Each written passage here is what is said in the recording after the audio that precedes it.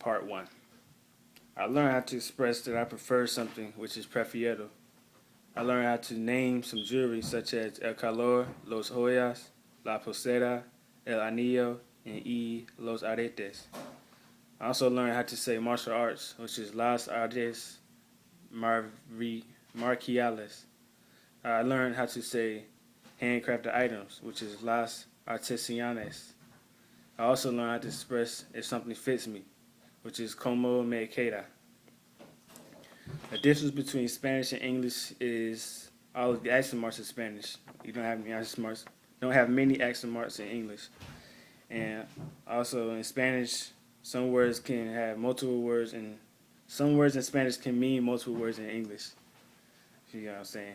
And if I continue to study Spanish, I would hope to learn more about the culture and how the Spanish culture lives and learns, and just more about the Spanish culture in total, in general. Okay, part 2. I have learned about Cuba and Spain. One interesting thing that I have learned about Cuba is that the food is great, and you won't be disappointed if you ever go to Cuba and eat some food. An interesting fact that I've learned about Spain is that its official name is the Kingdom of Spain, which in Spanish is Reino de España. That's the original. That's the official name of Spain. Like, that's what they call it.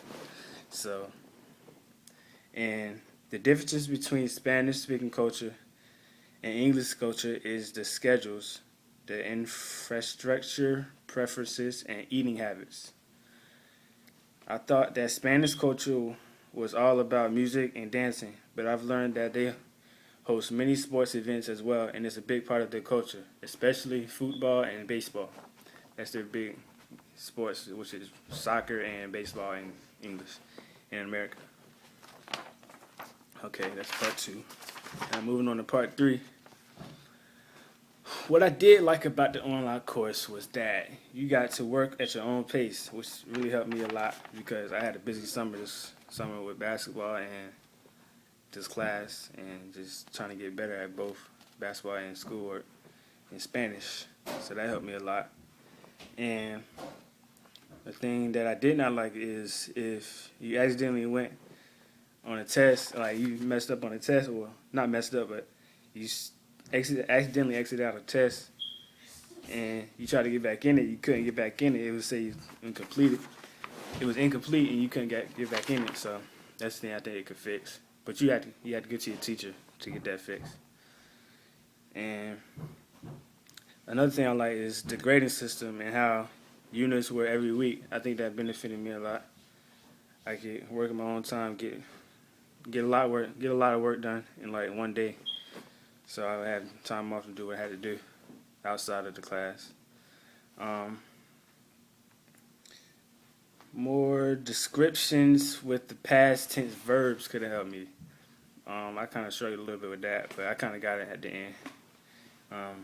In the instructions and stuff in the beginning of the units, that could have helped me a little bit more. And my professor was a great professor. Whenever he was online and I asked him questions, he helped me out. And I got good grades because of that. So I can't see anything bad about him. And I can't see anything wrong that he could have did different. But I know he was very busy, so whenever he could help, he did. And I appreciate that. Gracias.